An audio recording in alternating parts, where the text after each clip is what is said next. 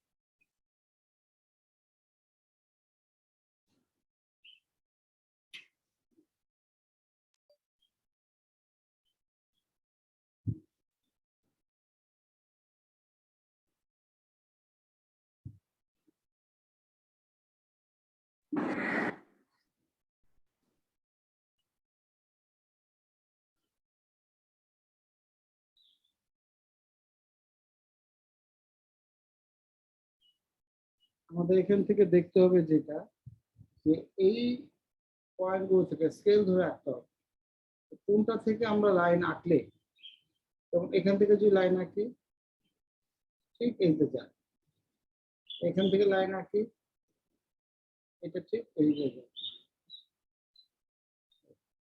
আঁকতে পারছি না ঠিক মতো, মানে স্ট্রেট লাইনে আঁকলে এরকমই যায়। একটা হচ্ছে এই গাড়ির কোনাটা টাচ করবে, আর একটা গাড়ির চাকার কোনাটা টাচ করবে, ওটা আমরা কোনটা নিব? কারণ তার তো বেজ হচ্ছে চাকার কোনাটা, তাই না? Yes sir. বেজ হচ্ছে চাকার কোনাটা, তার মানে এই কোনাটা যদি সেন্টার অফ গ্র্যাভিটি যদি এই মানে চাকার এজটা ক্রস করে, কারণ এর বাইরে তো আর কোনো কিছু নাই যার উপর সে যাকে সে পিভট বানাতে পারবে, তো চাকাটাই তার চাকার ওই যে এজটাই তার পিভট হিসেবে কাজ করছে, এবং এটার বাইরে যখন সেন্টার অফ গ্র্যাভিটি চলে যাবে তখন দেন ইট উইল বি তোমার topple over in anti clockwise direction.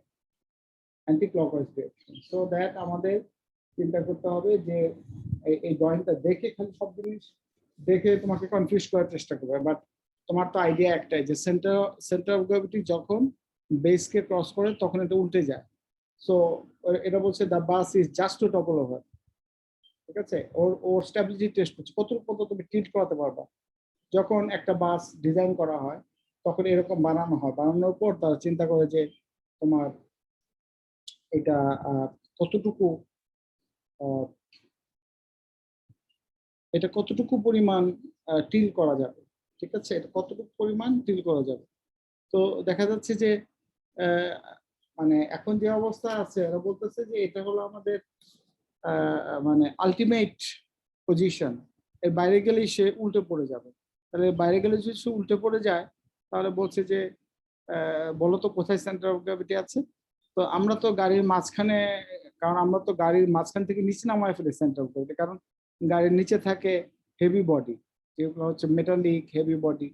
আবার তুমি দেখবে স্যার আপনার স্ক্রিন শেয়ার বন্ধ হয়ে গেছে। হ্যাঁ আচ্ছা, এখন যেটা করা হয় সেটা হচ্ছে যে আমাদের গাড়ির মধ্যে হেভি জিনিসগুলো, বিশেষ করে যখন তুমি লং ড্রাইভে যাবা তখন খেয়াল করে দেখবা, লং ড্রাইভে কিন্তু যখন যাবা তখন দেখবা যে তোমাদের যে লাগেজ গুলো থাকে, বিশেষ করে বিদেশে আমি দেখেছি এরকম, দেশে আমাদের দেশেও আছে, লাগেজ গুলো কিন্তু সব গাড়ির নিচে রাখে, নিচে লাগেজের জন্য আরেকটা তোমার কম্পার্টমেন্ট থাকে, যেটার ভিতরে ধরো যেগুলো বড় বড় বাস, সেই বাসের মধ্যে ধরো যদি 50 জন যাত্রী থাকে তাহলে 50টা লাগেজ থাকবে, কারণ 50টা লাগেজে যে পরিমাণ ওয়েট থাকবে সেটা যথেষ্ট হাই একটা মানুষের মধ্যে বলা যায়।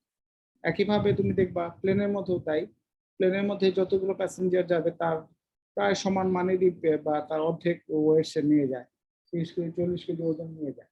আর মানুষের ওজন তো 60 কেজি, মনে রাখা বা 60 বা 65 কেজি। তো সেক্ষেত্রে যেটা হয় যে এই ওয়েটটা নিচে রাখার কারণ হচ্ছে সেন্টার অফ গ্র্যাভিটি লোয়ার করা, এটা হচ্ছে মেইন কারণ। তো সেই কারণে আমরা এইখানে যে ছবিটা দেখেছি সেই ছবিটা ছিল আমাদের যে বাসের যে ছবিটা, আমি আবার নিয়ে আসছি।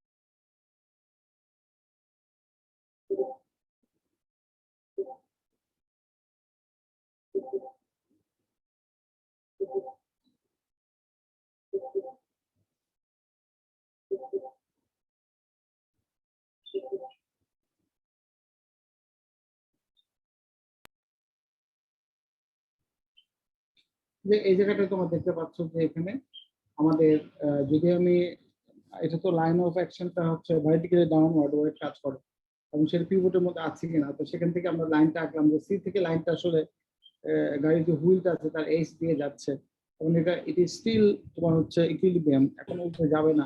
বা যদি সেন্টার অফ গ্র্যাভিটি থাকতো আমার ওই জায়গায়, যদি সেন্টার অফ গ্র্যাভিটি থাকতো আমাদের বিতে, তাহলে অলরেডি গাড়ি উল্টে পড়ে গেছে, কারণ তার সেন্টার অফ গ্র্যাভিটি বেশ ক্রস করে চলে গেছে। কিন্তু তারা তো কোশ্চেনে বলছে না যে উল্টে পড়ে গেছে, বলছে যে জাস্ট টপল ওভার, মানে এখনই উল্টাবে। তাহলে এস পয়েন্টে এখন সেন্টার অফ গ্র্যাভিটি আছে, এখনো ইকুইলিব্রিয়ামে আছে, সেটা ভেবে আমাকে কাজ করতে হবে।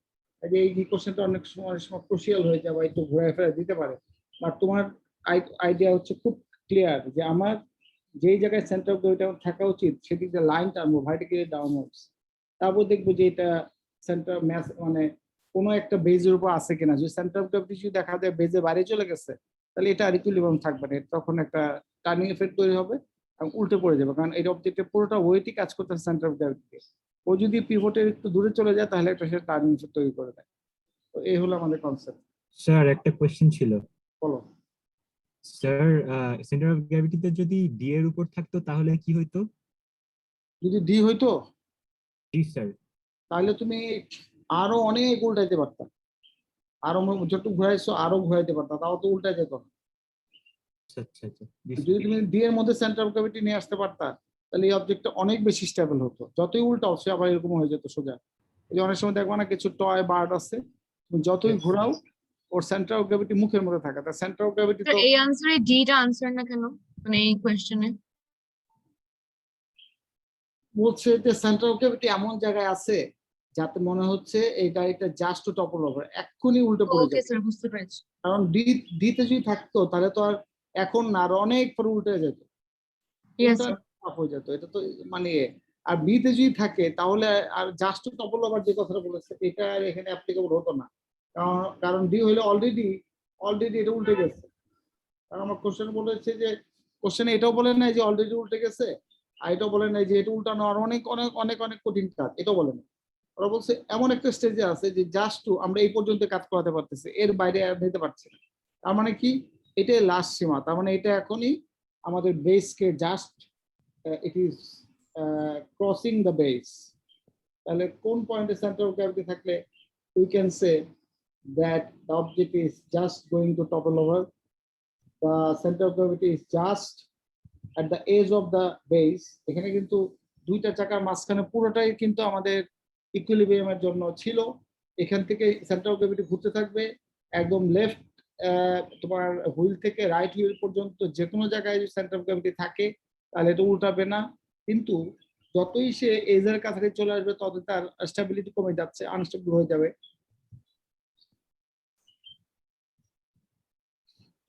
এবং বর্তমান যে অবস্থায় আছে সেখানে আমরা দেখতেছি যে হয়তো ইকুইলিব্রিয়ামে আছে, ইট ইজ ইন ইকুইলিব্রিয়াম। বারবার বলছি ইকুইলিব্রিয়াম আর স্টেবল কিন্তু এক না, it is in equilibrium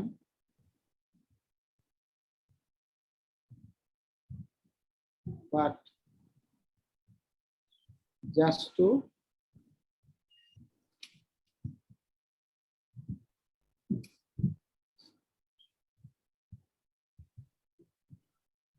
topple over. Just to topple over মানে কি এখনই এটা টপলিং হবে। আশা করি বুঝতে পেরেছো। Yes, sir. আচ্ছা পরের কোশ্চেনে যাই, which chair is the least stable if the child move, বলো তোমরা এটা। A. A A R D এর কিন্তু বেজ এরিয়া সেম, কিন্তু স্যার এ তো লম্বা বিষয় এর center of mass A হলো অনেক উপরে। হ্যাঁ center সেটা of করতে mass হবে। higher. ইয়ে তোমার যদি মানে ফিজিক্স এর পয়েন্টে আনসার দাও তাহলে খালি উপরে বললে হবে না, অথবা center of gravity is high, too high. যেমন সেন্টার এ আর বি এর মধ্যে দেখো সেন্টার অফ গ্র্যাভিটি দুজনেরই হাই, কিন্তু তোমার বি এর বেস বড়। আমার তো বলছে লেস স্টেবল, তার মানে যেটা যত বেশি উঁচায় উঠবে তত বেশি লিস্টেবল হবে, আর যার এরিয়া যত কম হবে তত বেশি লিস্টেবল হবে। তাহলে এটা হাইটের দিক থেকে সবচেয়ে, আবার তোমার এরিয়ার দিক থেকে এখানে মিনিমাম। যে চারটা আছে চারটার মধ্যে এরিয়া যা আছে তাদের মধ্যে এসে হচ্ছে ওয়ান অফ দ্য মিনিমাম। আর হাইয়েস্টের দিক থেকে হাইটের দিক থেকে যে সে আছে সেও হাইটের দিক থেকে ওয়ান অফ দ্য হাইয়েস্ট। তাহলে সে হাইয়েস্ট আবার লোয়েস্ট। হাইয়েস্টের জন্য যেমন আমার স্টেবিলিটি কমে যায়, আবার লোয়েস্ট এরিয়ার জন্য আমার স্টেবিলিটি কমে যায়, তার মানে আলটিমেটলি এটা list stable.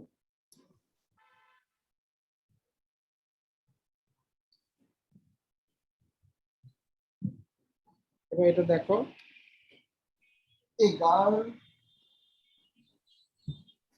a girl uses paper clips to balance a toy bird on her finger as shown.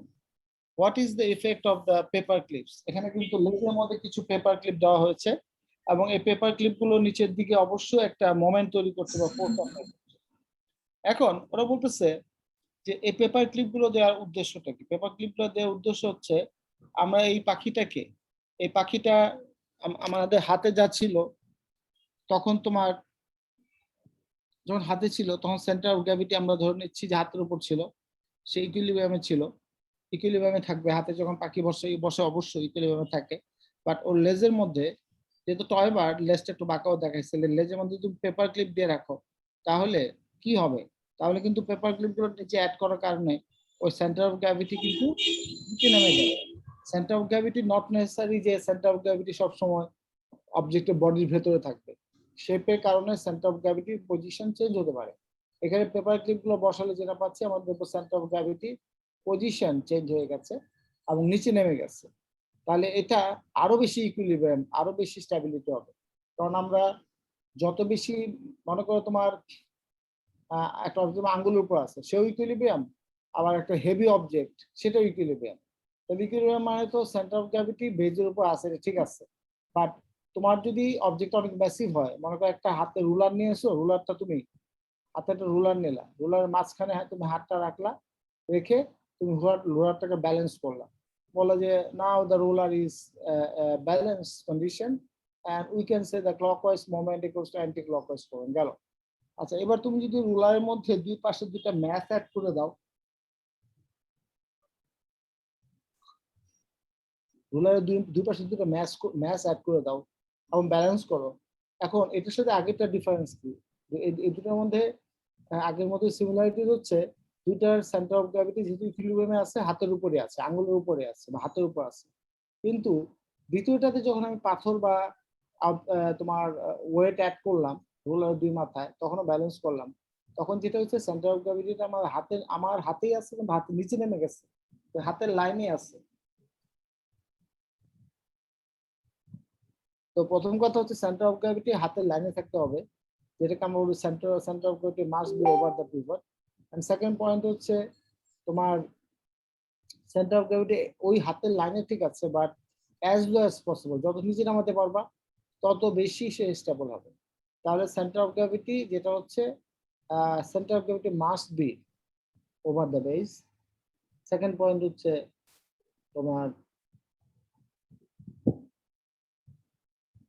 center of gravity as low as possible. So এখানে আনসারটা দেখো তো কোনটা হবে? What is the effect of the paper clip? Paper clip দিয়ে আমরা কি লাভ হলো? They help to lower the center of mass below her finger. C. C হবে। সি হবে স্যার। সি হবে sir.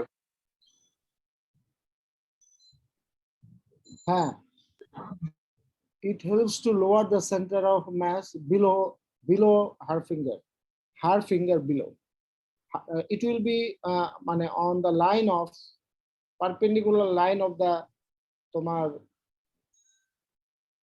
pivot, the center of gravity of the body আমরা বলবো যে must be in line বা perpendicular line with the body, pivot, perpendicular line to the pivot, and of course the perpendicular line to the body. এখন বলেছে যে এই perpendicular line তো আর শেষ নাই, এই সেই ধরো ইনফাইনাইট পর্যন্ত চলে যেতে পারে পারপেন্ডিকুলার লাইন। বাট আমার এখানে বলা হচ্ছে নট অনলি পারপেন্ডিকুলার লাইন, তারা বলেছে যে এখানে সেন্টার অফ গ্র্যাভিটি যেটা হচ্ছে যে অবশ্যই উপরে বা বডির মধ্যে বা নিচে থাকতে পারে। তো সবচেয়ে ভালো হয় বডির মধ্যে থাকলে, বডি থেকে যত উপরে যেতে থাকবা ততই তোমার স্টেবিলিটি কমতে থাকবে, আর বডি থেকে নিচে যত নামতে থাকবা তত হচ্ছে তোমার স্টেবিলিটি বাড়তে থাকবে। কোনোভাবে যদি তুমি সেন্টার অফ গ্র্যাভিটি বডি নিচে নামায় ফেলতে পারো, it will be more stable. It will be more stable.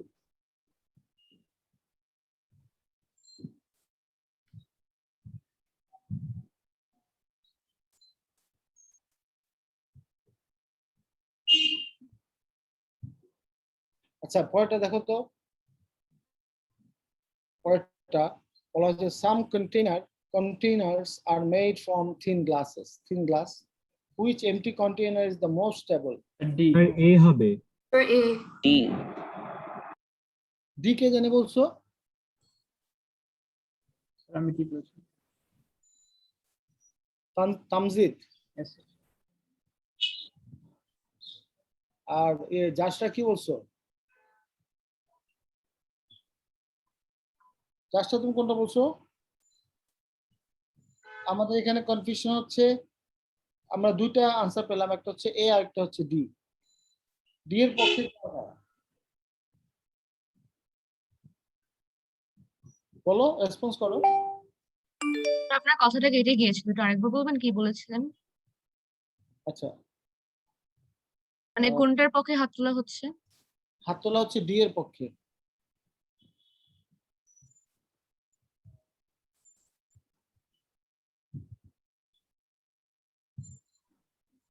Tamjid, Hossain, Hasan, Abrar, Mahi, sir এই কোশ্চেনটার পর কি আবার একটু বাসের কোশ্চেনটা তো বোঝানো যাবে এই কোশ্চেনটার পর? আচ্ছা ঠিক আছে বলবো। এই কোশ্চেনটা বলা হচ্ছে যে এই চারটার মধ্যে কোনটা বেশি স্টেবল?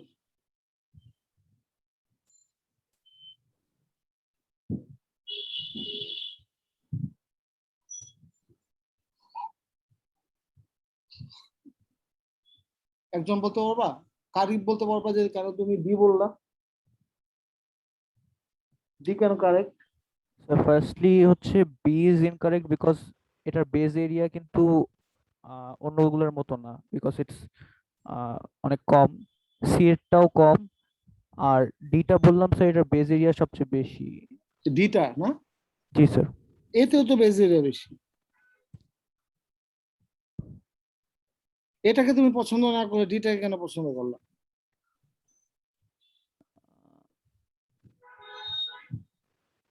স্যার এটার হ্যাঁ, সেন্টার অফ মাস গ্রাউন্ডের কাছে নাই, একটু বেশি দূরে আছে এতে। গ্রাউন্ড থেকে দূরে, জি স্যার। হাইটটা বেশি centre of gravity. G sir এটা মনে হচ্ছে। তো সেন্টার অফ গ্র্যাভিটি হাইট যত বেশি হবে তত তো স্ট্যাবিলিটি কমে যাবে। জি স্যার ওইটা এর জন্য বলতেছি স্যার, তাই ডি চুজ করলাম। ও আচ্ছা, না এর আনসারটা হচ্ছে এ, এই জন্য এ হবে, বাকিরা তো এর পক্ষে আছে ধরে নিলাম। তো যাই হোক, যারা বলছো তো তোমরা হচ্ছে যারা ডি বললা তাদের যে যুক্তিটা ছিল যে সেন্টার অফ, বা একজন বললা যে সেন্টার অফ গ্র্যাভিটি ব্যাপারটা হচ্ছে অনেকেই কারণে এটা পছন্দ করতেছে ইউনিফর্ম একটা শেপ, তারপর বেসটা বড় ইত্যাদি, কিন্তু তারা এটা চিন্তা করছে না যে এটার হাইটটাও যে যথেষ্ট বেশি।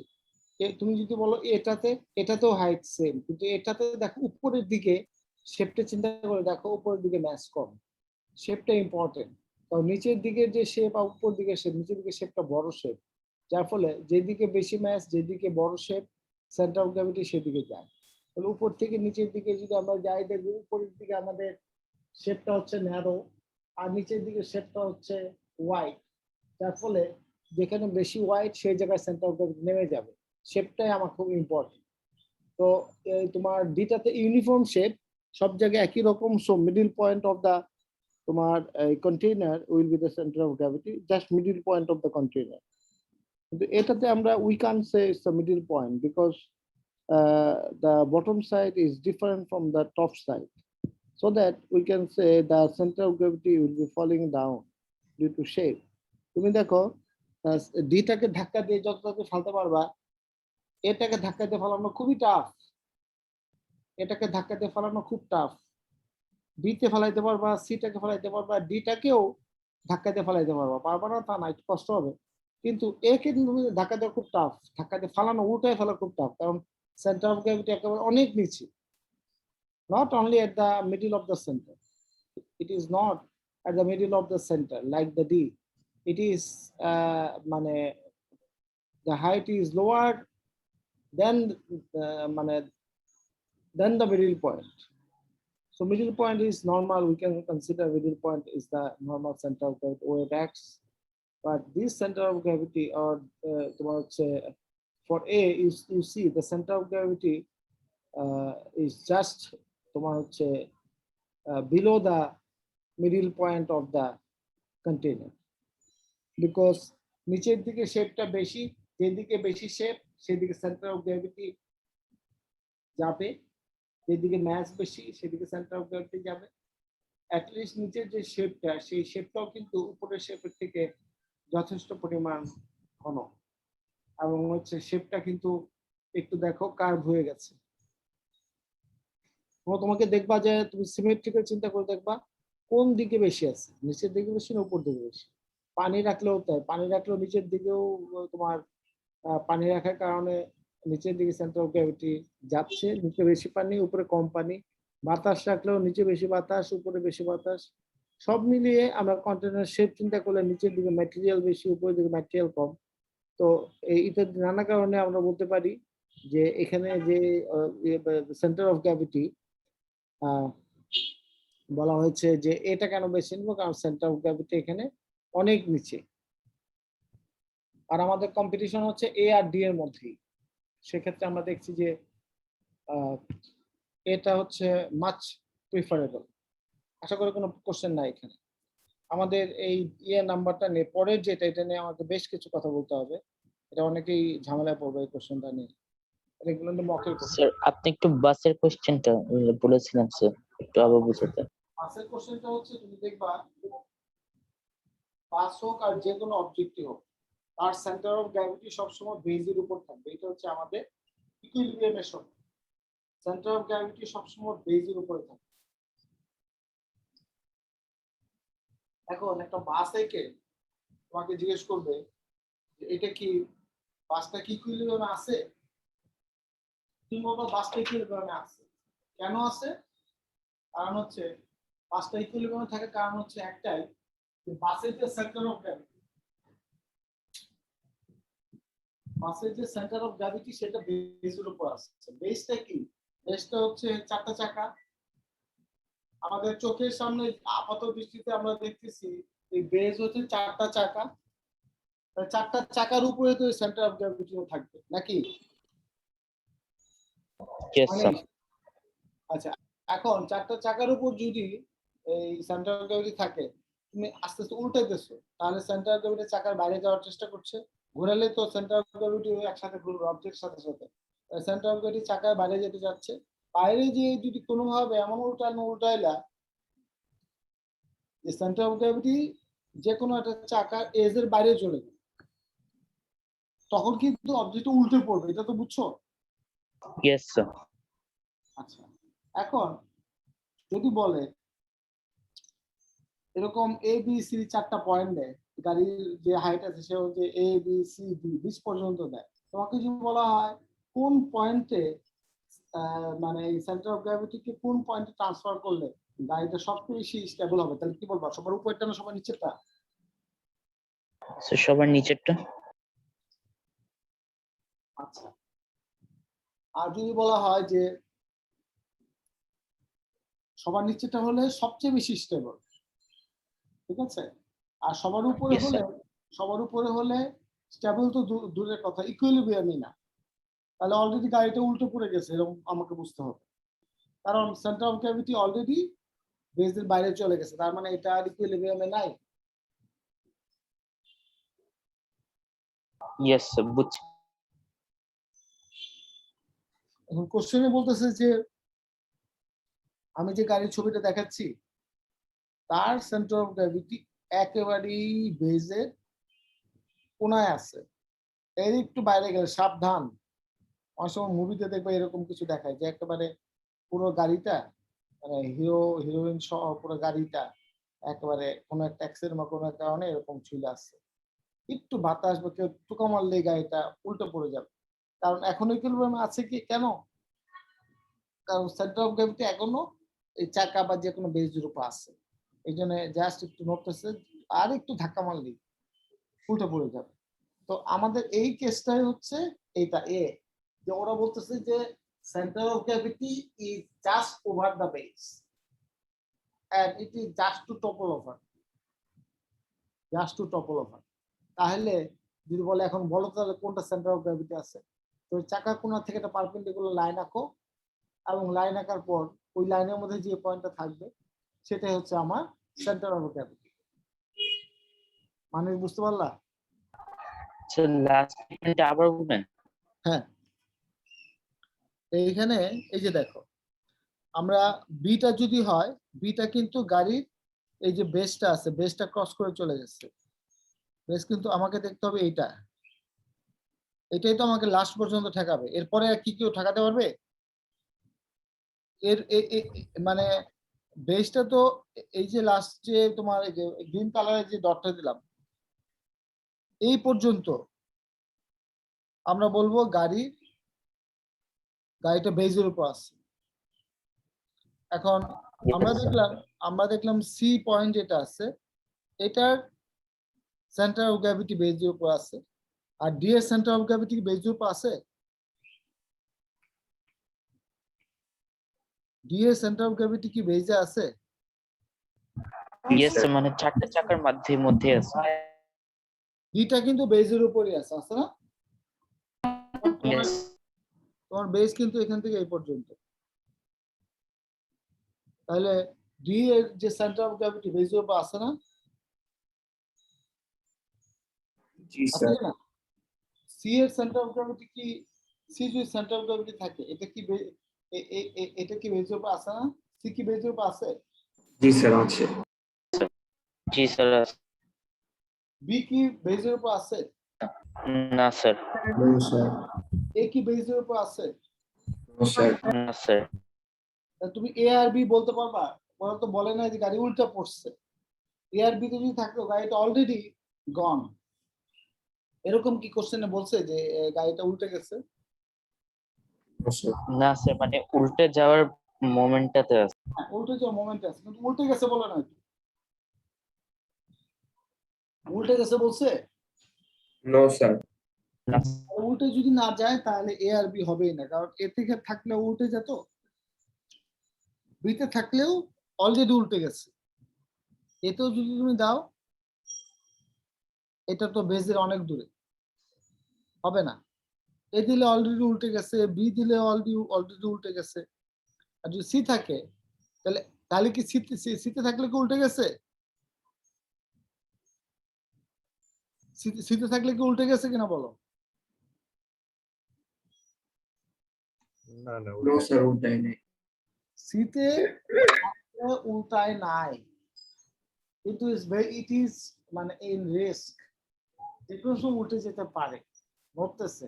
কিন্তু আমরা বলতে পারি সিতে নির্দ্বিধায় বলতে পারি যে সিতে গেলে কিন্তু গাড়িটা উল্টায় নাই,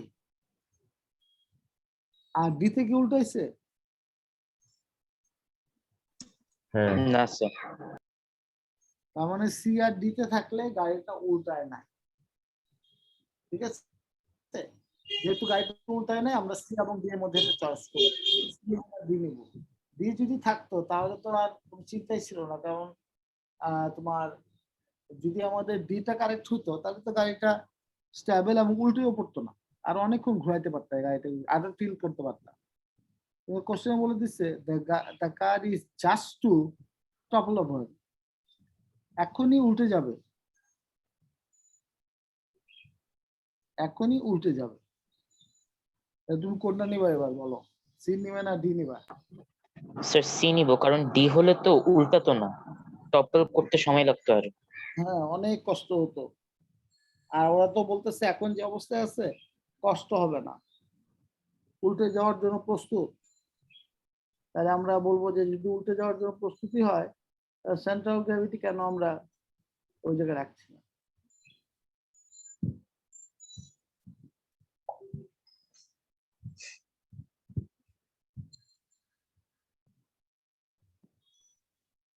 ইয়েস স্যার, বুঝেছি, থ্যাংক ইউ। আচ্ছা, এবার এটাতে আসো। আর স্যার ওই গ্লাস কন্টেনারের আনসারটা এ হবে তাই না, কারণ নিচে ওটা ওয়াইড হয়ে যাচ্ছে, ন্যারো থেকে ওয়াইড হয়ে যাচ্ছে ওই গ্লাস কন্টেনারটা। নিচে নিচে ওই যে স্যার ওই গ্লাস কন্টেনার ল্যামিনার উপর, এটা ইয়েস আচ্ছা, স্যার, এটা তো এ হবে। হ্যাঁ, কারণ হচ্ছে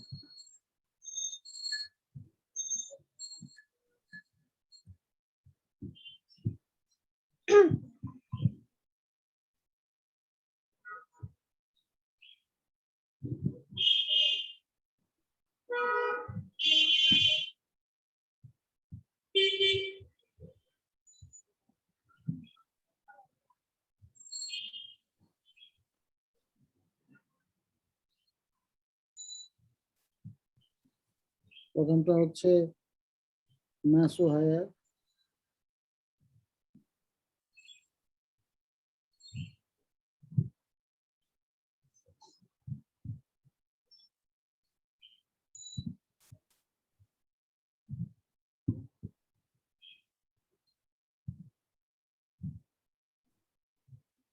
center of mass.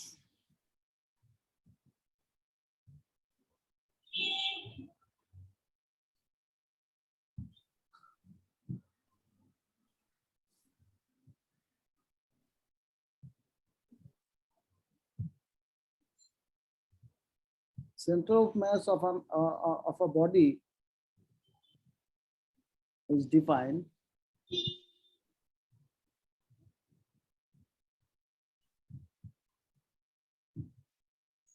center of mass of a body is defined as the force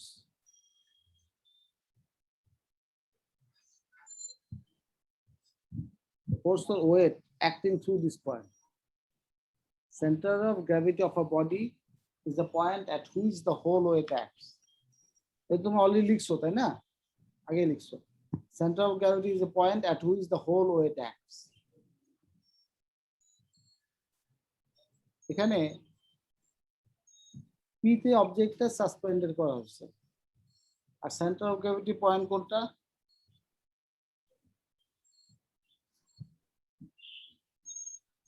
centre of gravity কোনটা দেওয়া আছে এবিসি এর মধ্যে?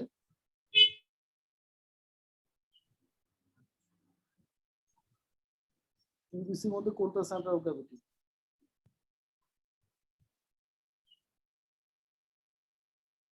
স্যার এখানে তো পিকিউসি না? হ্যাঁ, Sir, C, C. center of gravity. C হবে sir. Sir, C, center of gravity.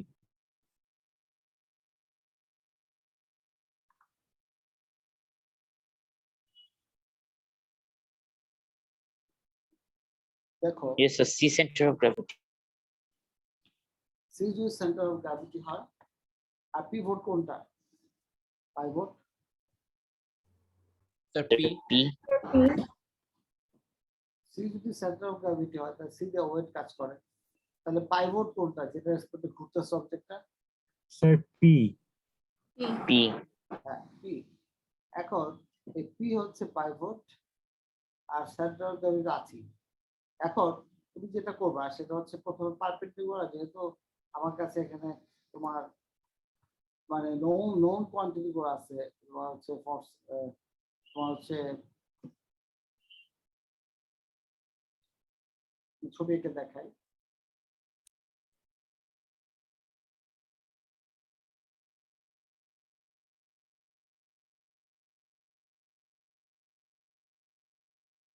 আমি যদি So ক্লকওয়াইজ এখানে তো কোনো ফোর্স দেওয়া নাই, তো আমরা মোমেন্টটা কেমনে বের করবো? Yes sir. স্যার ওয়েটটা দেওয়া উচিত না? ওয়েট দেওয়া আছে তো, স্যার দেখা যাচ্ছে না। So কই? মিসিং আছে, ওয়েট দেওয়া আছে, ওয়েট। তাহলে আমাদের যেটা হবে ক্লকওয়াইজ মুভমেন্ট হচ্ছে ডাব্লিউ ইনটু কোনটা হবে বলতো?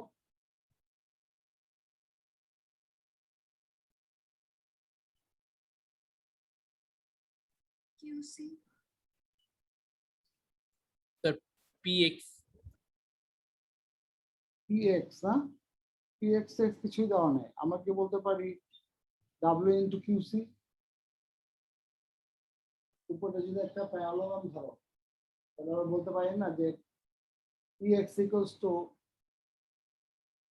মানে আমাদের মোমেন্ট হচ্ছে ডাব্লিউ ইনটু এক্স পিএক্স।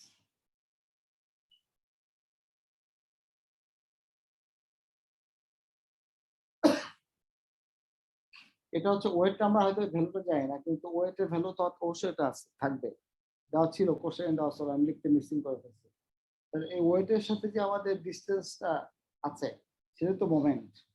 তাহলে পরে আমরা যদি এখানে এই ওয়েটটা সরাই দিই, এখানে অন্য একটা ওয়েট নিয়ে আসি, যেমন ধরো এখানে আমাদের একটা ওয়েট তো আছে, তার সাথে ডিস্টেন্স হচ্ছে পিএক্স, মোমেন্ট পাচ্ছি। Sir, laminator weight কত? হ্যাঁ Laminator weight কত? ল্যামডা কো পেলা? ল্যামিনা শেপটা। ও আচ্ছা, আমরা যদি এখানে বলি যে এটা হচ্ছে ক্লকওয়াইজ, আর ওখানে যেখানে আমরা পিনটা খোদাই করে গেড়েছি ওই পিনও কিন্তু একটা টাইনা ধরে রাখবে, ও কিন্তু বেরোতে দেবে না। তুমি ইচ্ছা করলে ফোর্স দিয়ে তুমি ওই সব ইট টিট ভেঙে লোহাটাকে বের করতে পারবে না। তো তোমাকে যেটা করতে হবে সেটা হচ্ছে এই খাঁচাটা খুব ভালো করে নিট এন্ড ক্লিন করতে হবে, ঠিক আছে? আচ্ছা নিট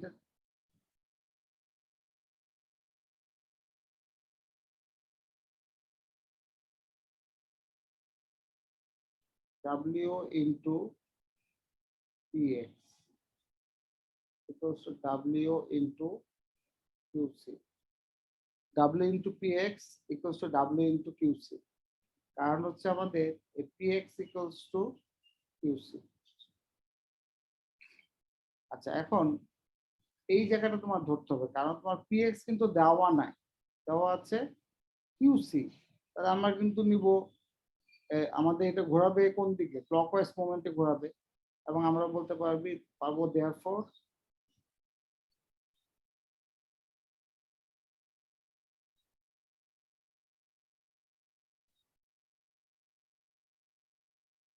W into QC। এখন ক্যালকুলেশন করে দেখতে হবে যে W into QC কি হয়।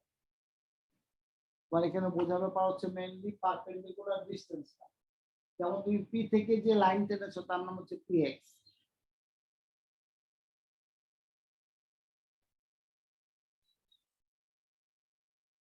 আর সেহেতু তোমার জানা নাই, PX এর ভ্যালু তোমার জানা নাই, কিন্তু তুমি যদি একটা প্যারালোগ্রাম ড্র করো তাহলে তুমি বলতে পারবা যে PX ইকুয়ালস টু নিচের ভ্যালুটা, কিউসি। এরপর পরবর্তী সময় তুমি ওই পিএফ ভ্যালুতে বারবার বসাতে থাকো। আর বারবার যদি বসাতে থাকো তাহলে কিন্তু তুমি আলটিমেটলি মোমেন্ট পেয়ে যাচ্ছ, ক্লকওয়াইজ মোমেন্ট পেয়ে যাচ্ছ। যদি তোমার ফোর্স দেওয়া থাকে 1 নিউটন, তাহলে বলো তো মোমেন্ট কত হয়? ফোর্স যদি 1 নিউটন হয় এবং আর যদি হয়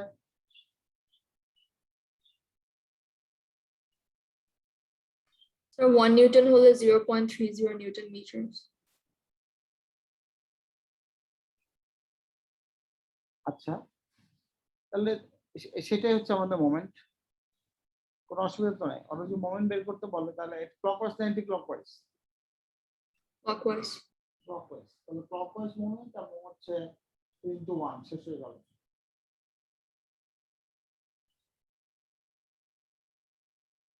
স্যার এখানে ফোর্স অ্যাক্টিংটা কি হবে? হ্যাঁ, এখানে কোন ফোর্সটা অ্যাক্ট করছে, মানে কোনো Weight, ফোর্স weight. মেনশন করা নেই। ওয়েট না, এটা তো বলার দরকার নাই। সি যেহেতু সেন্টার অফ গ্র্যাভিটি, আমার বুঝতে হবে সমস্ত ওয়েটে সি দিয়ে কাজ করে। ওরা একটা কথা বলে দিচ্ছে, এটা মানে এটা অফিসিয়ালি এটা ওয়েট, কাজে আর তার এটা অনুমান ভিত্তিক না, ফাইনাল। বিকজ ওরা বলেছে C is the centre of gravity, তার মানে weight acts to this point. এখন এই ওয়েটটা যখন নিচে থেকে অ্যাপ্লাই হবে, ও কিন্তু ঘোরা শুরু করবে, পি এর রেসপেক্টে ঘোরা শুরু করবে। স্যার এটা কি ক্লকওয়াইজ হবে মোমেন্টটা? অবশ্যই। স্যার সিতে যে ওয়েটটা করছে স্যার, অ্যাক্ট করছে স্যার, ওটার ম্যাগনিটিউডটা কত? আর এটা ভ্যালুটা আমি ধরে নিচ্ছি আপাতত 1। তবে এটা এখন মানে ওইটা মিসিং হয়ে গেছে, ওই জায়গাটা আসে নাই কিন্তু।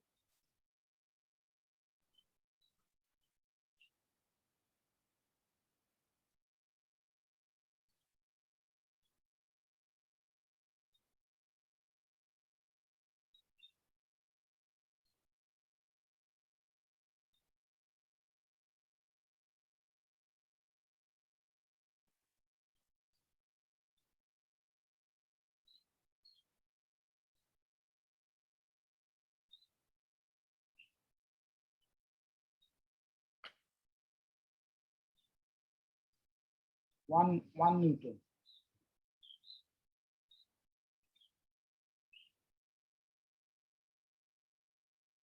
ঠিক আছে, দেখো বুঝতে পেরেছো কিনা? ইয়েস। আচ্ছা, পরেরটা দেখো তো। একটা হুইল ব্যারো আছে যার লোড কাজ করছে, তার লোড হচ্ছে 150। শিপার আগেরটার আনসার কত হবে তাহলে? আরেকটা ক্লকওয়াইজ হবে। আমার শিওর না, কারণ ওখানে এটা আমার জানা না, আমি অনুমান করে দিলাম 150। তাহলে স্যার মানে কোয়েশ্চেন নরমালি ওয়েটটা দেওয়া থাকবে না? হ্যাঁ হ্যাঁ, অবশ্যই অবশ্যই। Okay sir. তো বলছে ওয়েট দেওয়া থাকবে, তো আমরা জাস্ট মানে মোমেন্টের ফর্মুলা দিয়ে করব। না, কিন্তু ওখানে তোমার ডিসটেন্স তো বুঝতে হবে। ওখানে কিন্তু পিএক্স দেওয়া নেই। ইয়েস স্যার, মানে আমাদের পারপেন্ডিকুলার ডিসটেন্স দিতে হবে সব। হ্যাঁ, তোমাকে পিএক্স না দেওয়া নেই, অনেকে কিন্তু পিসি নিয়ে বসে থাকে। পিসি নিলে হবে না, পিসি নিলে হবে না, পিএক্স নিলে হবে না। তোমাকে দেওয়া আছে কিউসি, কিউসি কি পিএক্স এর সাথে ম্যাচ করে, ওইটা খুঁজে বের করতে হবে। হ্যালো, এই এই আমি অন্যকে পায়রা তোমার আমাদের কত টাকা ওকে আমি এই সমস্যার ব্যাপার ঠিক জানি। তারপরটা আচ্ছা দেখো, the diagram shows a wheelbarrow and its load. Sir সবাই যদি মাইকটা মিউট রাখে তাহলে ভালো হয়। এই মাইকগুলো একটু বন্ধ রাখো।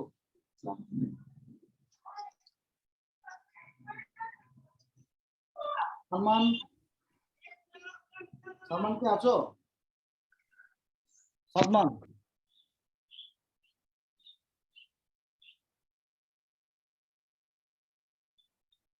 the diagram shows a wheelbarrow and its load, which have a total weight of 150 Newton.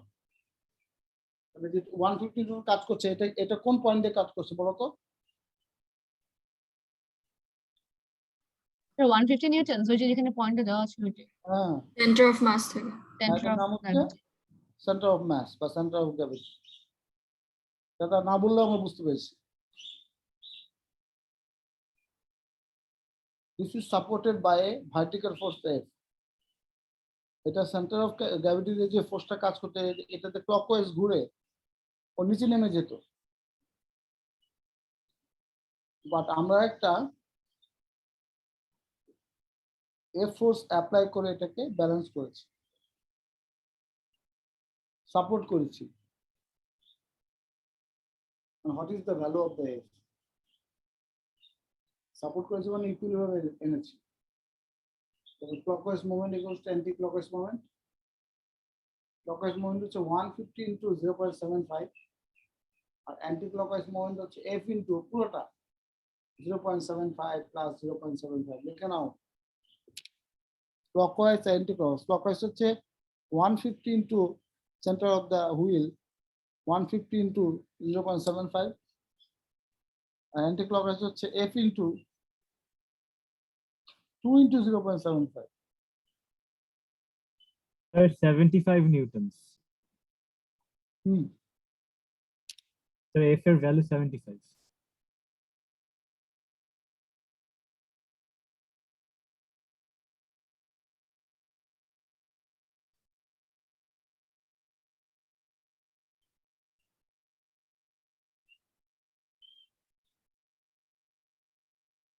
Balancing বলো তো কোনটাতে ক্লকওয়াইজ ইকুয়ালস অ্যান্টি ক্লকওয়াইজ এবিসিডির মধ্যে?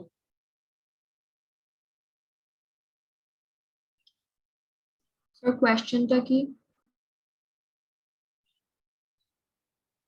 Sir, A stable আছে, equilibrium আছে।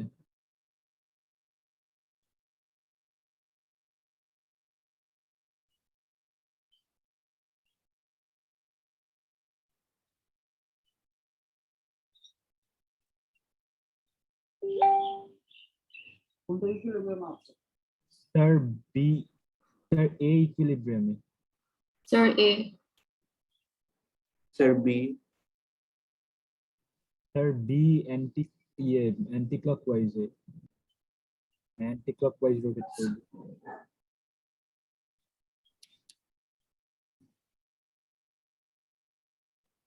B right, B. Sir D D. Sir, sir Dhaka. A sir, A equilibrium আছে। না না এর তো স্যার দুইটাই এতে অ্যান্টি তো স্যার ক্লক, একটা ফোর্স উপরে আরেকটা নিচে স্যার, এটা Sir, দুইটাই তো ক্লকওয়াইজ। স্যার এ হবে না স্যার, কারণ clockwise movement is A. Equal to anti clockwise movement, A হবে। Sir, A হবে। এ না? Yes, এ sir. তো দুইটাই ক্লকওয়াইজ স্যার। হ্যাঁ স্যার, এর জন্য দুটো clockwise। Yes, স্যার জি, এই তো স্যার। Sir, clockwise দুইটাই তো। clockwise।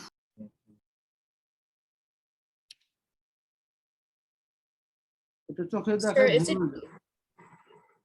এটা চোখের দেখায় ভুল হয়ে যায় কারণ দেখো এটাও Sir, D হবে। Mm. Anti-clockwise D or Dhaka. clockwise? Sir, D হবে স্যার। বড় কিন্তু আরো জোরে ঘুরবে। তার দুইটা হচ্ছে স্যার ডি হবে না? হ্যাঁ প্রথমটাতে ভ্যালুগুলো সমান থাকলেও এটাতে ভ্যালুগুলা একটু ঘুরে দিচ্ছে, বাট আমরা হিসাব করতে পারি। যেমন এটা হচ্ছে অ্যান্টি ক্লকওয়াইজ 5 ইন্টু 0.4। Sir, 2 হবে মোমেন্টের ভ্যালু। আবার বুঝলাম না একটু।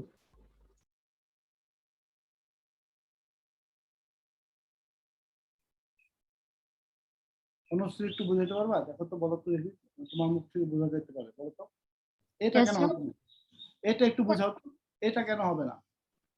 স্যার এটা হবে না কারণ আমরা এখানে দেখতে পাচ্ছি যদিও ওয়েট গুলো সেম আর ডিস্টেন্স গুলো সেম, কিন্তু দুইটাই হচ্ছে গিয়ে ক্লকওয়াইজ মুভমেন্টে যাচ্ছে। আমরা যদি দুই সাইড থেকে দেখি সেন্টার ওয়াইজ ফাইভের থেকে দুইটাই ক্লকওয়াইজ যাচ্ছে, সো একদিকে মুভ করবে, এটা ব্যালেন্সড হবে না। It will keep on moving.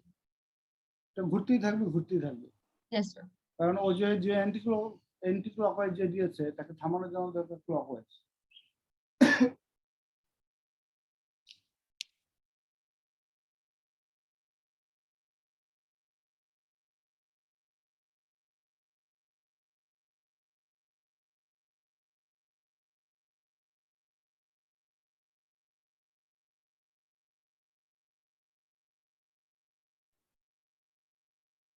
Clockwise যেটা আছে সেটাকে থামানোর জন্য অ্যান্টি ক্লকওয়াইজ দরকার। অ্যান্টি ক্লকওয়াইজ লাগবে।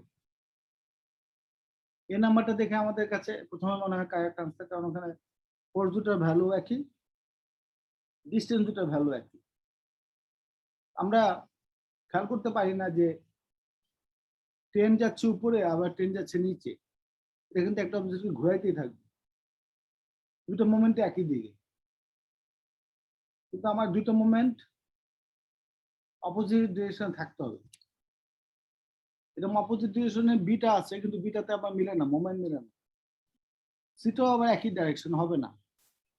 ডিটা আমরা দেখেছি এদিকে 10 নিউটন একটা ফোর্স অ্যাপ্লাই করে, আবার এদিকে 5 নিউটন ফোর্স অ্যাপ্লাই করে, দুই দিকে মোমেন্ট তৈরি করছে।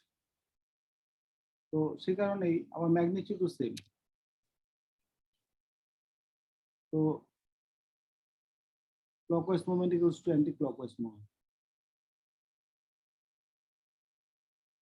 বুঝছো এবার?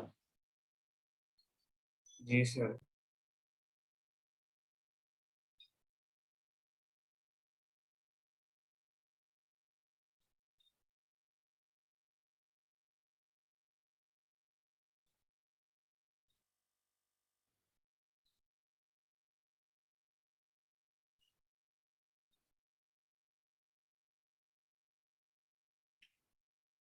Figure 3.1 shows the same vertical force of 200 Newton exerted by a cyclist on the pedal of a bicycle in three different positions A, B, and C.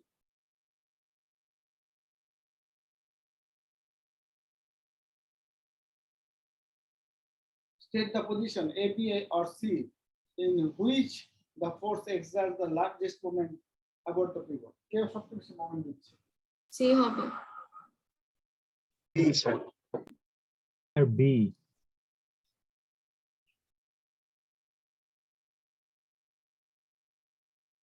আমার কাছে মনে হচ্ছে স্যার আমি বুঝি না এই কোশ্চেনটা। এই কোশ্চেনটা একটু আরেকবার এটা এক্সপ্লেইন একই করুন। ফোর্স দেওয়া হচ্ছে, পিভটের রেসপেক্টে একই ফোর্স দেওয়া হচ্ছে, আবার একই ডিস্টেন্স থেকেও হচ্ছে। একই ফোর্স দেওয়া হচ্ছে। এখন বলা হচ্ছে যে একই ফোর্স যদি দেওয়া হয় ভার্টিক্যালি ডাউনওয়ার্ড, পিভটও আছে, পিভটের রেসপেক্টে মোমেন্টটা কার বেশি হচ্ছে? স্যার সবগুলোর তো সেমই হবে মনে হয়। হ্যাঁ স্যার সবগুলোর সি তো হবে same ই- কারণ রাইট অ্যাঙ্গেলস এ তো হবেই না কারণ 0 ডিগ্রিজ, আর বি তে অ্যাঙ্গেল আছে কিন্তু সি তে হচ্ছে রাইট অ্যাঙ্গেলস। রাইট অ্যাঙ্গেলস এর লার্জেস্ট মোমেন্ট।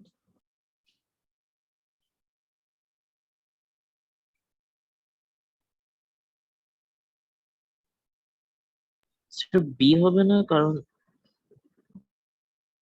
কি কারণটা কি বলো? মানে মানে যখন আমরা পারপেন্ডিকুলার ডিসটেন্স নিব তখন তো মোমেন্ট একটু বেশি আসার কথা না। আর কারটা কোন বেশি আসবে? বিটাতে? হ্যাঁ স্যার বিটা। Yes, sir. শোনো, স্যার ডিসটেন্স না, ডিসটেন্স তো একই থাকবে। না না না, দেখো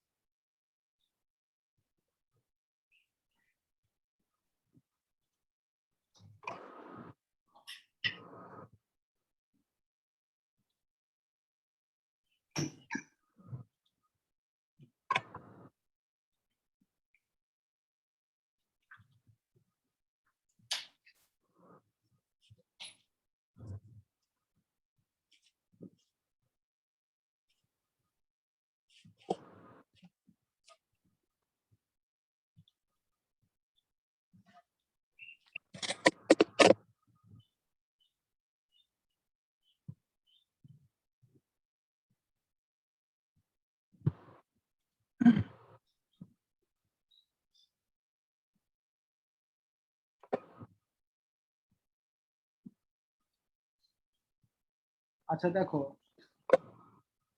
রেড কালারের ডি বড় নাকি ব্লু কালারের ডি বড়?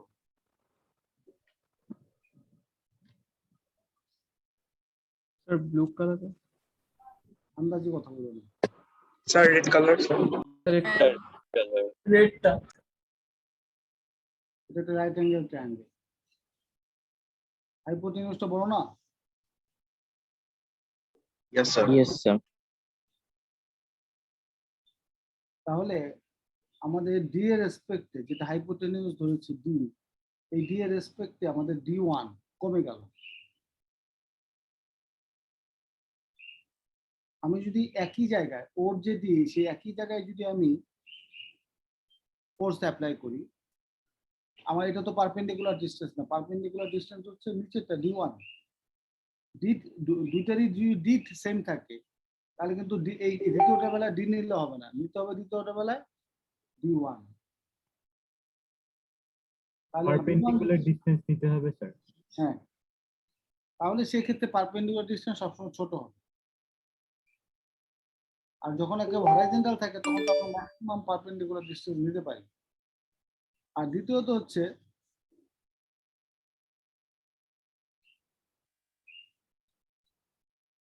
যদি এটাকে আমি একেবারে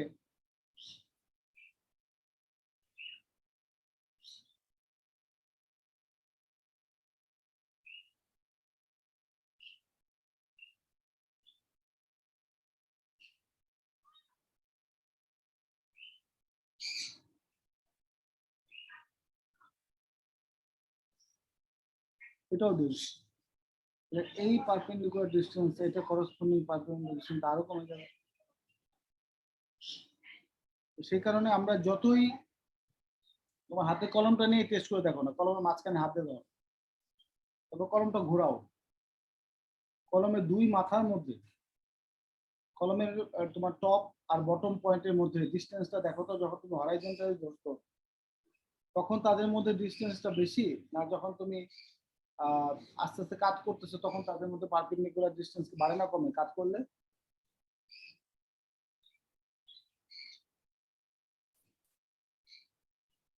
দুটো স্যার পয়েন্ট, বুঝলাম না। তোমার হাতে কলমটা নাও, নিয়ে কলমটা ঘোরাও, মাঝখানে ধরে কলমটা ঘোরাও। Yes, sir. কলমের টপ পয়েন্ট আর বটম পয়েন্টের মাঝখানে ডিসটেন্স কোন সময় বেশি হবে, যখন হরাইজন্টাল না যখন ভার্টিক্যাল? স্যার যখন হরিজন্টাল। পারপেন্ডিকুলার ডিসটেন্স বলছে কিন্তু হরাইজন্টাল। আচ্ছা যদি 45 ডিগ্রি অ্যাঙ্গেলে নিয়ে যাও, যেমন তো এইভাবে নিয়ে গেলাম, এটা কলম 45 ডিগ্রি নিয়ে গেলাম, তাহলে এই কলম দুটোর মধ্যে পারপেন্ডিকুলার ডিসটেন্স হচ্ছে এখন কিন্তু কলম আমাদের এই যে আমরা যখন এটা কাট করলাম দুটো এজের মধ্যে পারপেন্ডিকুলার ডিসটেন্স কমে গেল। আরো কাট করো, দুটোর মধ্যে পারপেন্ডিকুলার ডিসটেন্স আরো কমে গেল। তুমি যখন হরাইজন্টাল করতেছো দুই দিনের মধ্যে পারপেন্ডিকুলার ডিসটেন্স ম্যাক্সিমাম, আর যখন ভার্টিক্যাল করতেছো দুটোর মধ্যে কোনো পারপেন্ডিকুলার ডিসটেন্সই তো নাই। যদি একটু কাট করো তাহলে কিন্তু দুইজনের মধ্যে পারপেন্ডিকুলার ডিসটেন্স কিন্তু একেবারে কমে গেল। তাহলে এই দুটো পয়েন্ট এ আর বি নিয়ে যদি আমরা চিন্তা করি, এ বি তারপর হচ্ছে এ বি, সবচেয়ে বেশি পারপেন্ডিকুলার ডিসটেন্স কিন্তু হরাইজন্টালের উপর। কাজে আমাদের কোশ্চেনে যে বলেছে এ বি সি, এটা আসলে একই জিনিস ঘোরাচ্ছে এরকম ভাবে। যখন এটা দেখছো এটা অলমোস্ট ভার্টিক্যাল, তাদের মধ্যে কিন্তু পারপেন্ডিকুলার ডিসটেন্স নাই বললেই চলে। আর বিটাতে আমরা দেখতে পাচ্ছি এটাও একটু একটু ঘোরানো হয়েছে, হরাইজন্টাল পুরোপুরি না, একটু ঘোরানো হয়েছে, যার ফলে তাদের মধ্যে পারপেন্ডিকুলার ডিসটেন্স কিন্তু ম্যাক্সিমাম না। আর সিটা হচ্ছে হরাইজন্টাল, তাদের মধ্যে পারপেন্ডিকুলার ডিসটেন্স হচ্ছে ম্যাক্সিমাম। দেখো এইখানে আমাদের আর কিছু করার নেই। আর এটা দেখো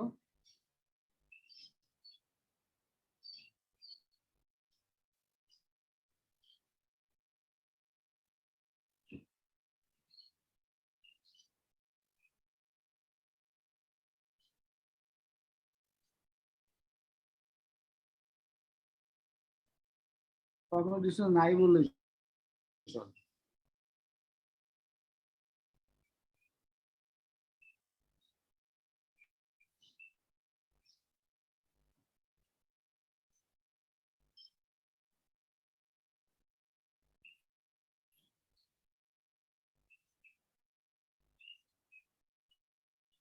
বুঝতে কি পারলা?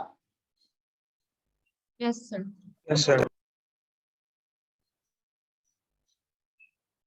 The reason হবে the perpendicular distance is the greatest at C. হ্যাঁ, দুটো হলো ফোর্স কিন্তু সেম। Yes, pivot sir. থেকে দুটো ফোর্সের দরকার নাই, একটা পিভট আর একটা হলো ফোর্স। আমাদের পিভটের রেসপেক্টে তো ঘুরতেছে, পিভটের রেসপেক্টে ফোর্সের ডিসটেন্সটা আমাদের সবচেয়ে বেশি হলে সবচেয়ে মোমেন্ট হবে, কারণ মোমেন্ট তো শুধু ফোর্স না, ফোর্স কিন্তু ডিসটেন্স। আমরা দরজা খোলার সময় দরজার যে হ্যান্ডেলটা আছে, এই হ্যান্ডেলটা আমরা দরজার এজে কেন রাখি? হ্যান্ডেলটা দরজার এজে রাখার কারণ হচ্ছে পিভট হচ্ছে তোমার হচ্ছে তোমার হচ্ছে আমাদের ওইখানে দরজার যে কবজা আছে না, এই কবজাগুলো হচ্ছে তোমার হিঞ্জ, এবং এই কবজাগুলোকে আমরা বলি পিভট। কবজার রেসপেক্টে দরজাটা আমরা টান দিয়ে খুলি আবার লাগাই। দরজা এই হ্যান্ডেলটা একই রকম ঘটনা।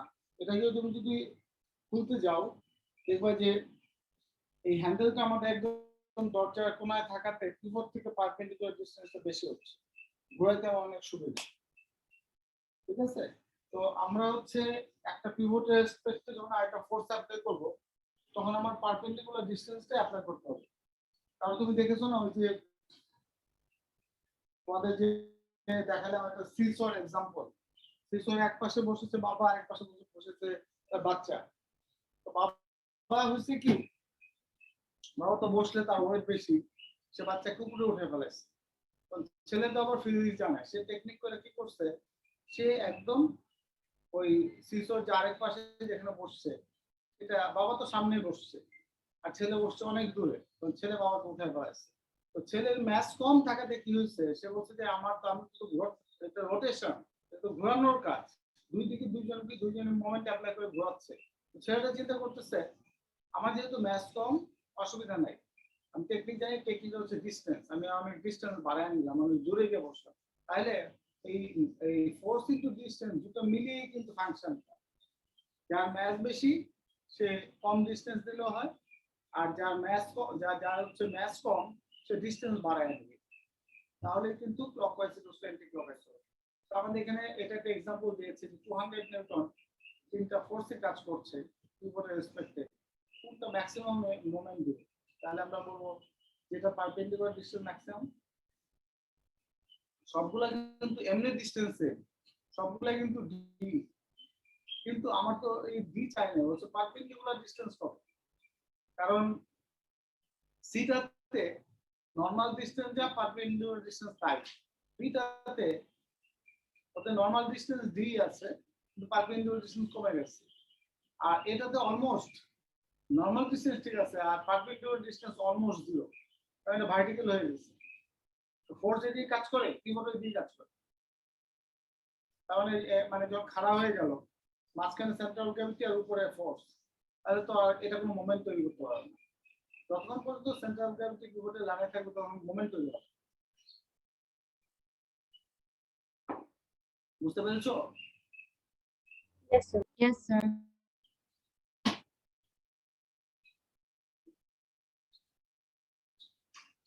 এখানে দেখো একজন পেশেন্ট, তার পা ভেঙে গেছে, পা ভেঙে যাওয়ার কারণে সে পা কিন্তু ঝুলে রাখছে, এরকম হসপিটালে অনেকে দেখবা রোড এক্সিডেন্ট করে এমন অবস্থা হয় পা নাড়াচাড়া করে যে পা এবার ঝুলে রাখে, ব্যান্ডেজ করা আছে। এখন ওই পাশে এই পুলির মধ্য দিয়ে এটা মুভ করছে, ওই পাশে কিন্তু আরেকটা ওয়েট দিয়ে রাখছে যে ব্যালেন্স করার জন্য। যদি দেখে পা নামায় ফেলবে তাহলে ওই থেকে ওয়েট কমায় দেয়, নার্স যারা আছে তারা ওই পাশ থেকে ওয়েট কমায় দিলেই পেশেন্টের পা নিচে নেমে পড়ে, আর ওয়েট বাড়ায় দিলে পা উপরে উঠে যায়। এখন এই কোশ্চেনে আরো কিছু বলছে, সেন্টার অফ গ্র্যাভিটি মার্ক করে দিচ্ছে, এইখানে সেন্টার অফ গ্র্যাভিটি, তার মানে এই পায়ের সমস্ত ওয়েট ওই পয়েন্টে কাজ করে।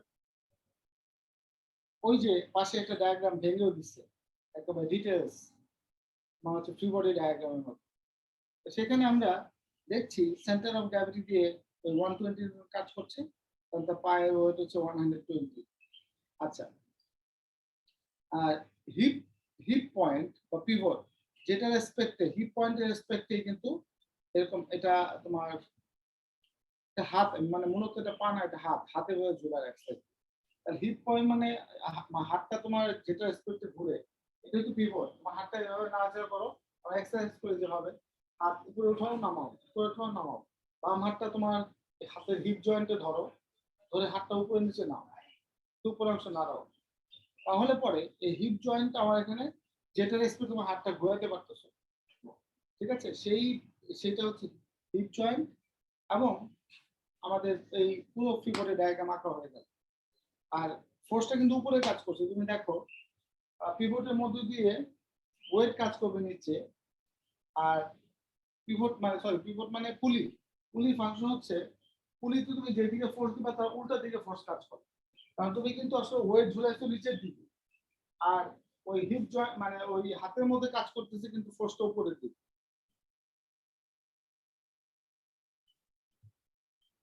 পুলির মধ্যে তুমি দেখো পুলি দিয়ে তুমি যে ওয়েটটা দিচ্ছ সেই ওয়েটটা কাজ করছে নিচের দিকে, আর ওইদিকে তোমার যে হ্যান্ডটা আছে সেই হ্যান্ডটা কিন্তু কাজ করছে উপরের দিকে। হ্যান্ডের উপর ফোর্সটা কাজ করছে উপরের দিকে।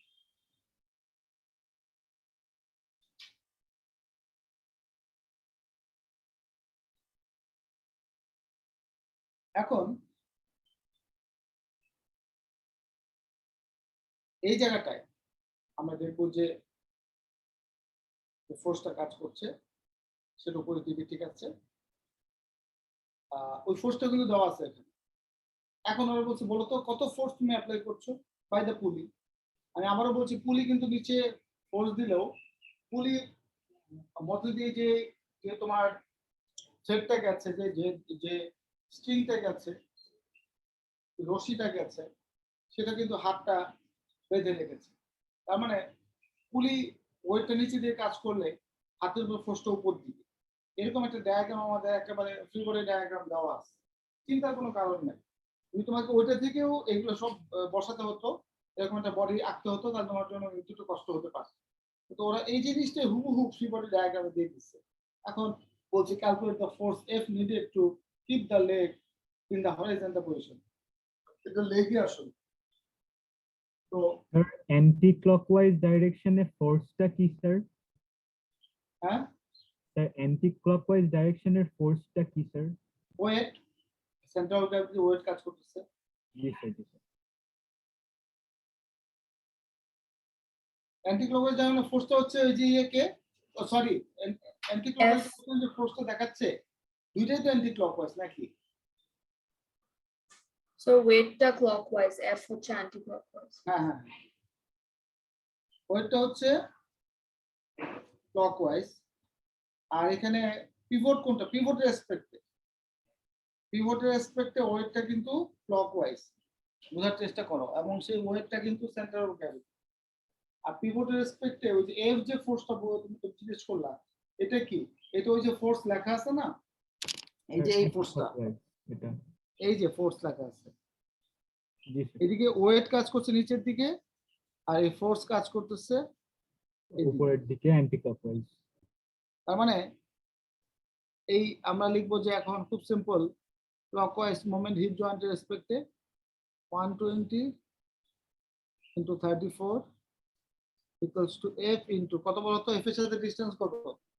স্যার 80, হ্যাঁ 80 তাহলে f কত আসে? 51 100 নিউটন না? নিউটন। এটা খুব ইম্পর্টেন্ট একটা কনসেপ্ট যেটা হলো তোমাদের পেপার 1, 2 দুটোই সলভ করতে কাজে লাগবে।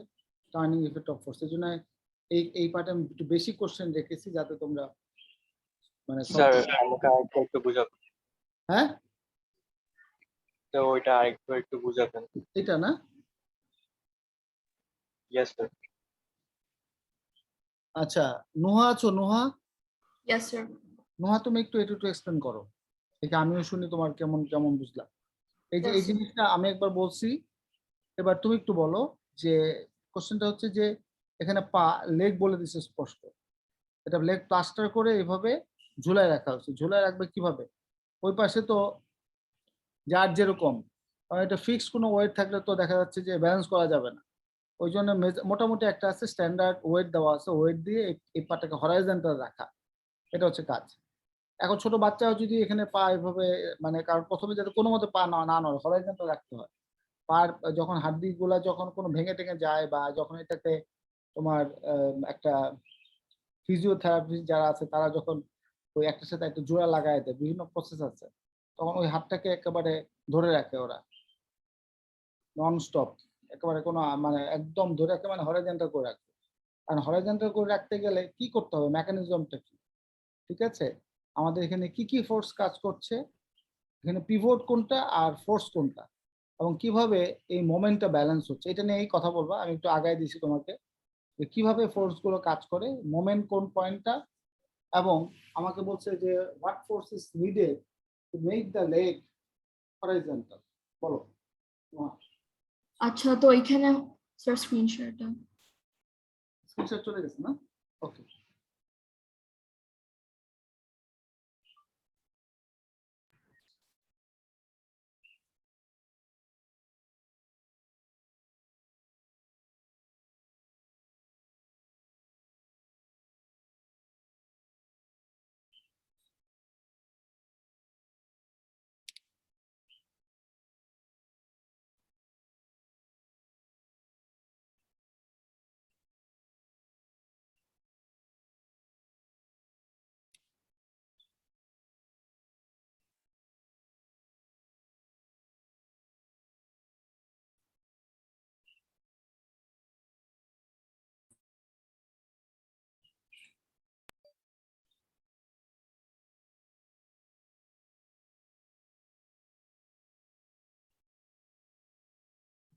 হ্যাঁ, নোয়া স্টার্ট করো।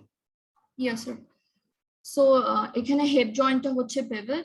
So from the pivot, the weight has a distance of 34 centimeters. There are two forces acting on the leg, the weight and force F. So force F has a clockwise moment from the pivot. So the clockwise moment is 120 times 34, that is 4080.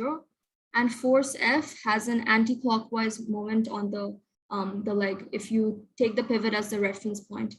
So the perpendicular distance from F to the pivot is 46 plus 34, that's 80 centimeters. And the anticlockwise moment is F into 80. So then you can calculate F by 120 into 34 divided by 80. It's 51 newtons. হ্যাঁ বলো এখন, তুমি যে প্রশ্ন করছো আমাকে জিজ্ঞেস করো, কোন জিনিসটা বুঝো না বলো তো। স্যার বুঝতে পেরেছি, ওই যে আমি যে ওখানে লেখে যে কি হলো 80 সেন্টিমিটার, ওইটা কি ওইটার জন্য ও আচ্ছা আচ্ছা আচ্ছা আচ্ছা আচ্ছা, ঠিক আছে। এইটি যেটা আসছে, হ্যাঁ এইটি যেটা আসছে সেটা হলো, ও তো বলেই দিল সুন্দর করে যে আরো ডিটেলস বলে দিয়েছে, 34 প্লাস 46। এবার ক্লিয়ার না? Yes sir. এবার আমরা দেখো স্ট্যাবিলিটি এবং ফলিং অবজেক্ট নিয়ে আমাদের একটু কাজ, কারণ এখানে কোশ্চেন পরীক্ষা থাকবেই। Figure 4.1 shows a thin sheet of metal suspended from a hole in one corner at A. The weight of the metal is 0.10 Newton and the center of the mass is at B. The diagram is drawn full scale. Describe in detail how you would experimentally determine the position of the center of mass of the sheet of the metal. How you would experimentally determine the position of the center of mass of the steel of the metal. এখন এখানে কিন্তু অনেকগুলো point আছে, এবং mark screen দেখে তোমরা এগুলো পড়বা। বাট একটা জিনিস আমি বলতে পারি যে আমরা যখন সেন্টার অফ গ্র্যাভিটি বের করি কোনো একটা অবজেক্টে, এরকম অবজেক্ট, তখন আমরা আসলে যেটা করি, আমরা এই তিনটা পয়েন্ট, যেমন এ একটা পয়েন্ট, তারপর হচ্ছে বি আরেকটা পয়েন্ট, তারপর হচ্ছে সবচেয়ে দূরের দূরের পয়েন্টগুলো, ঠিক আছে, পয়েন্ট নিয়ে আমরা এখানে কি করব, ঝুলাই দিব অবজেক্টটাকে, এইভাবে ঝুলাই দিব।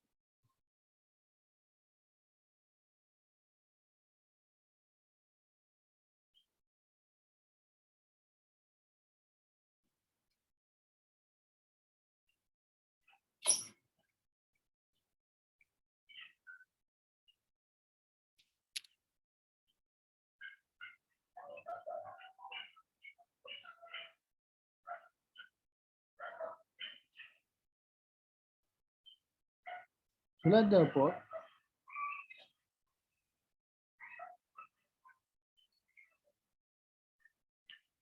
যেমন এটা তো ওয়েট সবসময় ভার্টিক্যালি কাজ করবে, যেদিকেই দাও।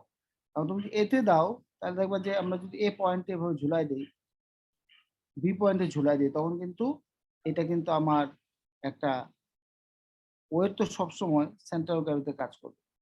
তো আমরা এখানে একটা প্লাম লাইন ঝুলাই দিই, এটার সামনে একটা প্লাম লাইন, ঠিক আছে, আমাদের এটা দিচ্ছে এর সামনে একটা প্লাম লাইন ঝুলাই দিই, ঠিক আছে।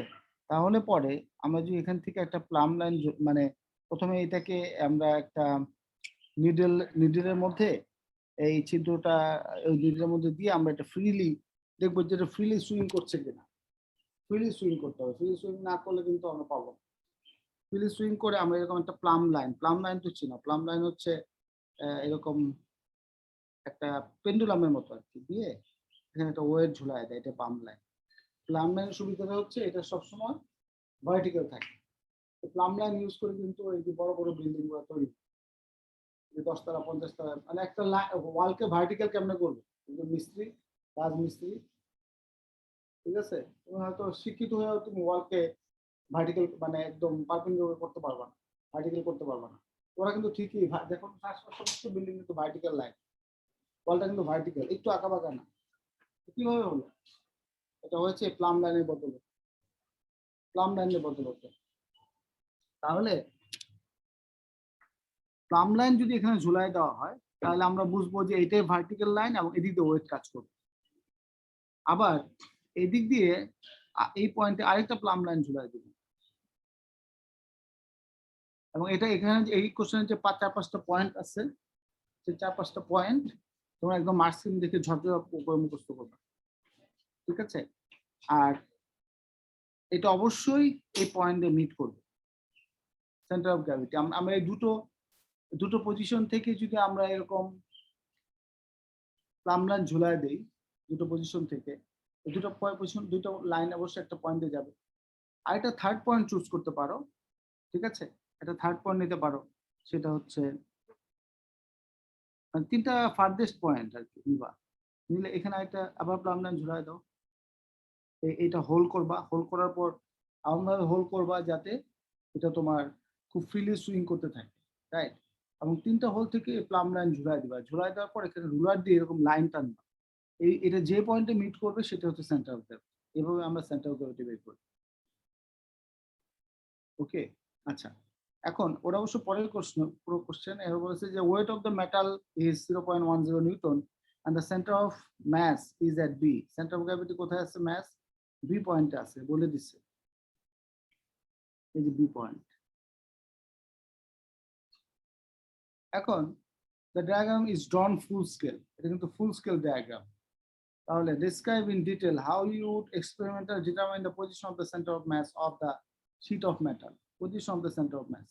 তাহলে তুমি কিভাবে করবা? আচ্ছা, এরপরে আরেকটা পার্ট ছিল মনে হয় যে এখানে the sheet turns because of the moment of the weight about point A। এই পয়েন্ট আছে, এই পয়েন্টের রেসপেক্টে কিন্তু ঘুরতেছে, এই জন্যই কিন্তু এই যে দেখো ওয়েট দেখতে পাচ্ছ, ওয়েটের কারণেই এ পয়েন্টের রেসপেক্টে এই শীটটা ঘুরতেছে। Define what is meant by the moment of force. Moment of force মানে হচ্ছে force into perpendicular distance.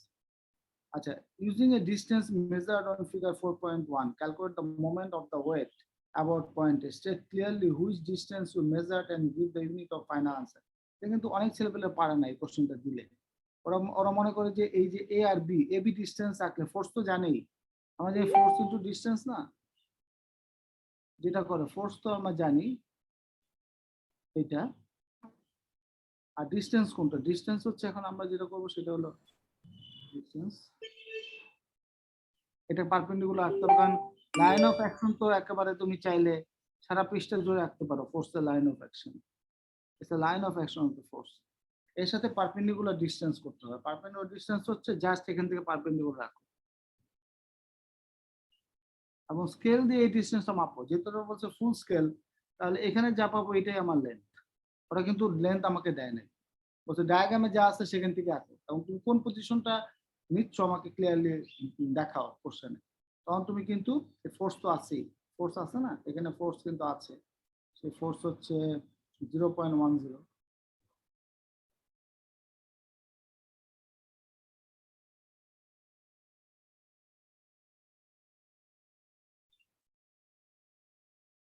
Force হচ্ছে গিয়ে 0.10 ইন্টু ডিস্টেন্স। ডিস্টেন্স হচ্ছে কত? বি। এই ডিস্টেন্স তুমি মেজার করে নিবা।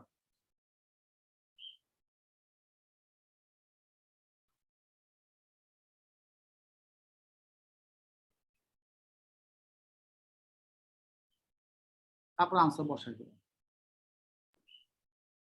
ভুল ক্রমেও এবি নিও না, কারণ এটা কিন্তু পারপেন্ডিকুলার ডিস্টেন্স। এই ডিস্টেন্সটা তোমার এটাতে ভুল হবে না, যদি অ্যাটেম্পটা ঠিক থাকে যে না আমি এই ডিস্টেন্সটা নিচ্ছি, তাহলে তোমার হয়ে যাবে।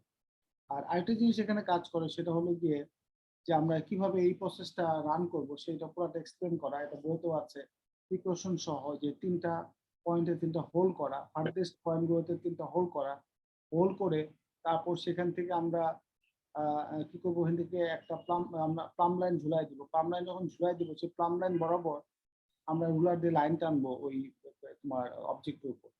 এরকম 3টা ফার্থেস্ট পয়েন্ট থেকে যদি 3টা হোল করে আমরা যদি তোমার পেন্ডুলাম গুলো ঝুলিয়ে দিই, তাহলে ওদের যে মিটিং পয়েন্ট আছে সেই মিটিং পয়েন্টটা হচ্ছে আমার এক্সপেক্টেড সেন্টার অফ গ্র্যাভিটি। ঠিক আছে? আচ্ছা, এটা হলো আমাদের কথা। আর হলো তারপর আমরা এই তো আমাদের নিউটন সেন্টিমিটার হবে না আনসারটা? হতে পারে নিউটন, হ্যাঁ এখানে নিউটন সেন্টিমিটার বললে কোনো অসুবিধা হবে না। আচ্ছা, এটা অবশ্য স্যার আমাদের এখন আরেকটা ক্লাস আছে। আচ্ছা, টাইম শেষ হয়ে গেল নাকি? জি স্যার। স্যার আপনি কি থার্সডেতে ক্লাস নেবেন? এই মানে আগামীকালকে না? হ্যাঁ স্যার। হopefully আগামীকালকে আমি ক্লাস নিব। ঠিক আছে, এখন সুস্থ হয়ে গেছি তো, এখন নিব। আগামীকালকে ক্লাস নিব। তাহলে আগামীকালকে তোমার আসো, আগামীকালকে ক্লাসে আসো। ঠিক আছে? আসসালামু স্যার আলাইকুম। ওয়ার্কশিটে কোনো প্রবলেম থাকলে কি দেখাতে পারবো তোমরা? দেখা অবশ্যই okay sir. Relax time, pressure কম। আসসালামু আলাইকুম স্যার। এটা তোমাদের যেটা দেখাইছি, এটা তোমাদের এটা মোটামুটি শেষ। এটা সলভ করে ফেলতে পারো, বাট আগামী ক্লাসে আমাদের টপিক 4 শুরু হবে, সেটা হচ্ছে work energy, power and pressure. তাহলে আমাদের মেকানিক্স শেষ হবে। এটা কিন্তু ওকে স্যার। আর স্যার কালকে তো আমাদের ক্লাস 9 এর টপিকটা শেষ হবে, তাই না? হ্যাঁ হ্যাঁ, 9 টপিকটা কি জানেন বাকি আছে বলো তো? স্যার ইলেকট্রনিক্সে আমরা এসি মানে জেনারেটর করেছিলাম লাস্ট। আচ্ছা, ঠিক আছে ঠিক আছে, আমি কালকে তাহলে নতুন পাঠ শুরু করবো। Thank you sir.